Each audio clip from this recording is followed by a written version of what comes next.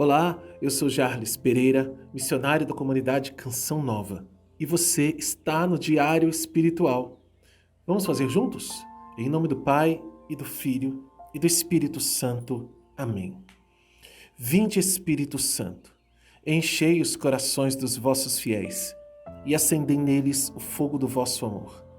Enviai o vosso Espírito, e tudo será criado, e renovareis a face da terra. Oremos. Ó Deus, que instruíste os corações dos vossos fiéis com a luz do Espírito Santo, fazei que apreciemos retamente todas as coisas, segundo o mesmo Espírito, e gozemos sempre da sua consolação. Por Cristo Senhor nosso. Amém. Atos dos Apóstolos, capítulo 23, versículos de 12 a 22. Quando se fez dia, os judeus se reuniram e se comprometeram sob anátema a não comer nem beber enquanto não matassem Paulo. Eram mais de 40 os que fizeram esta conjuração. Foram então procurar os chefes dos sacerdotes e os anciãos e lhes disseram: acabamos de jurar solenemente sob anátema que não tomaremos alimento algum enquanto não matarmos Paulo.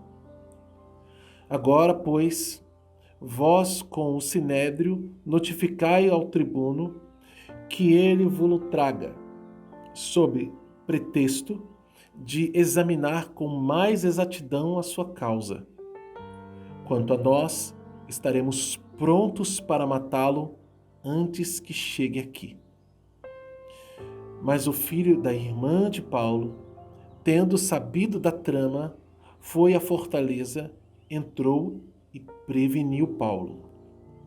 Então este, chamando um dos centuriões, disse-lhe: leva o rapaz ao tribuno, porque tem algo a lhe comunicar.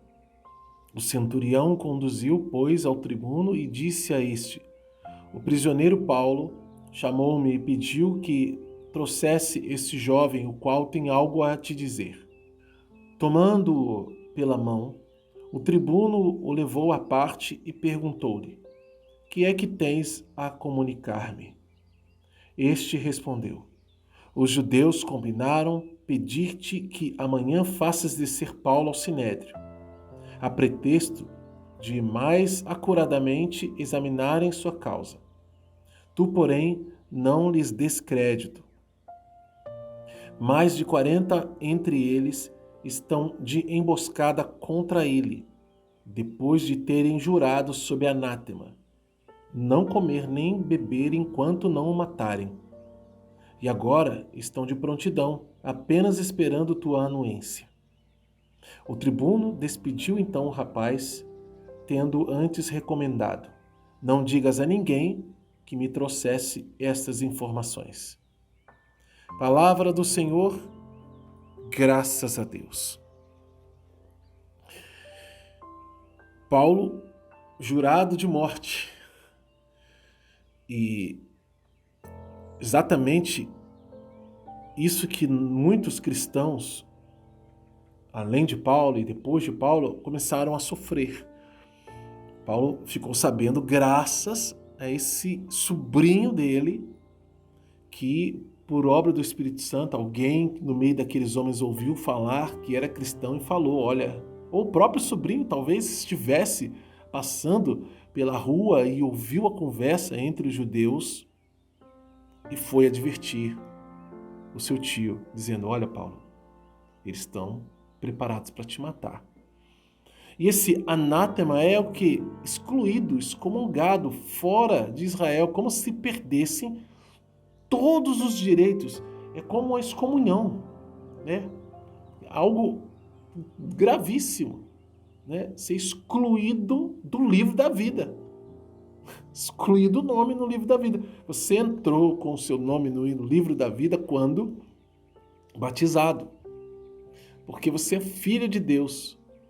Um excomungado é alguém que, mesmo batizado, na verdade, né, sendo batizado, ele comete um crime tão sério, e fica tão forte, tão firme, convicto no seu crime de fé, na sua blasfêmia, numa heresia tão grave, mesmo sendo advertido, mesmo a igreja tendo falado, olha, meu irmão, não é assim que a fé católica é, etc. Vai para o bispo, faz de tudo. Mas ele não quer, ele não aceita. Aí não tem outra solução a não ser a excomunhão. Às vezes isso acontece com padres, com bispos, porque de tal maneira se opõe à obediência da fé, à santa fé, porque ele não pode mais, por isso ele não pode mais ensinar, fazer nada, e não só isso, não pode mais comungar da nossa fé. Está proibido. Ele é como se fosse um não batizado agora. Há perdão para isso? Se houver conversão, vai ter que fazer uma profissão de fé pública diante da comunidade da igreja para voltar a ser admitido na fé. É todo um processo. Isso é algo assim que a gente não vê todo dia. É muito grave, muito sério, porque a pessoa perde o céu. Sim, está na misericórdia de Deus. Está condenado ao inferno. Olha, pelas vias naturais está sendo assim, né? Está como um pagão. Vai ter que fazer o caminho de reconciliação com Deus e com a igreja. Porque claramente se opôs aos ensinamentos, ensinou coisas contrárias à igreja e se manifestou assim. Então, isso pode acontecer hoje com uma pessoa que tem esse tipo de atitude na igreja. E ser um anátema, e ser um excomungado. Aqueles judeus fizeram um juramento de matar Paulo. E eles não iam nem comer nem beber enquanto não fizessem isso. E se eles não conseguissem fazer, eles seriam anátema. Eles seriam excluídos. Veja o problema deles. Olha o tamanho do problema que eles arrumaram para si. Tão convictos que estavam de conseguir alcançar aquilo que prometeram. Eles apostaram tudo, apostaram a vida deles na religião judaica, no povo, apostaram a herança das graças e bênçãos de Deus, ou seja, apostaram as próprias vidas, as próprias cabeças, se não conseguissem matar Paulo. A gente sabe que eles não conseguiram, né? Fico imaginando o que eles fizeram, a frustração, caso isso, além deles terem feito esse pacto entre si, eles foram aos chefes do povo e prometeram lá, falando assim, façam isso que a gente vai dar conta do recado. A gente prometeu sob anátema, ou seja, sob pena de sermos excluídos. Então, isso era muitíssimo sério. Tal foi o grau de convicção para que fizessem Paulo morrer. Olha como Paulo incomodou. Mas nós sabemos que eles não vão conseguir, né? Por quê? Porque, graças a Deus, o sobrinho de Paulo foi lá e conseguiu avisar a Paulo.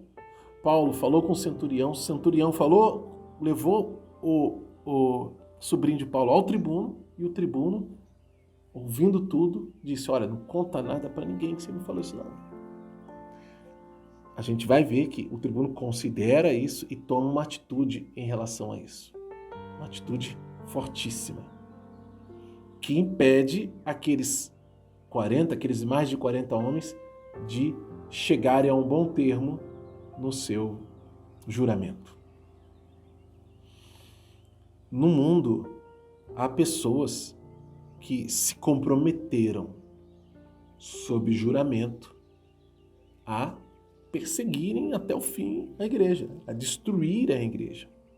Pessoas de religiões diferentes, pessoas sem religião, aparentemente, mas com propósitos humanos muito concretos e que até veem a religião, a fé cristã, como uma farsa, simplesmente uma forma de a grande organização Igreja Católica ter um domínio sobre uma parcela da humanidade.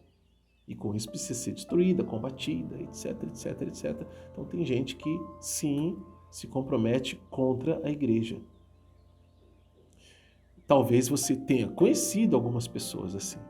Tem gente que se compromete de maneira individual, por alguma insatisfação, alguma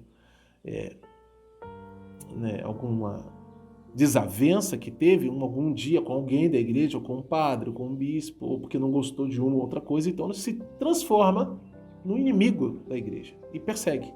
Persegue o padre, persegue as pessoas que vão à igreja, cerca no caminho para falar mal. E tem aqueles que se organizam mesmo contra, fazem pacto para perseguir os cristãos mundo afora. É só a gente olhar um pouco fora da nossa realidade aqui no Brasil, que graças a Deus ainda temos liberdade para falar, liberdade para exercer a nossa fé, para ir nas igrejas, e olhar lá para fora, para países como a Nigéria, por exemplo, em que de vez em quando a gente vê massacres ocorrendo dos cristãos na missa. No meio da celebração, entram homens armados disparando e matando todo mundo. Por quê? Porque odeiam a Jesus e odeiam os cristãos. Vamos anotar no nosso diário? Temos a ordem de Deus.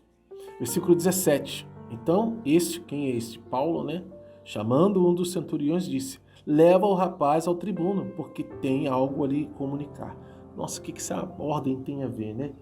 Tem a ver, no contexto da leitura, com o seguinte: nós precisamos estar atentos para a defesa do bem, principalmente em casos extremos, de vida ou morte. Nós precisamos ter a coragem, como esse menino teve, de se expor e ir até os romanos e falar. O romano podia não ouvi-lo, podia não dar atenção para Paulo, podia achar que Paulo está arrumando um jeito de fazer uma intriga, mas arriscando-se, por causa do evangelho, por causa dos irmãos na fé, ele foi até Paulo. E depois foi levado até o tribuno, então ele foi até o tribuno falar. Então isso nos mostra a grande obediência e a coragem desse rapaz, sobrinho de Paulo, que foi em defesa dos seus irmãos na fé. Quem sabe Deus não está pedindo isso para você. Então não tenha medo, né? É preciso que para o bem dos outros a gente também assuma alguns riscos. Para o bem do evangelho a gente também assuma alguns riscos. Então anota essa ordem de Deus. Mas qual é a mensagem de Deus para você? Porque não tem nem promessa nem princípio eterno, né? E como colocar isso em prática na sua vida? É isso que você é chamado a anotar no seu diário e lutar para viver. Convido você que é novo aqui no canal a fazer essa experiência de fazer o estudo bíblico todos os dias. Se inscreva então no canal, se não conhece, ou mesmo você que está voltando aqui, quem sabe você oscila, né? Um dia assiste, outro dia não, outro dia faz estudo, outro dia não. Vamos manter a fidelidade, o canal existe por causa disso. Então, animai-vos e vamos juntos fazer a Bíblia inteira, com a graça de Deus, crescer, avançar no conhecimento de Jesus através da palavra, nesse método maravilhoso de Monsenhor Jonas Habib.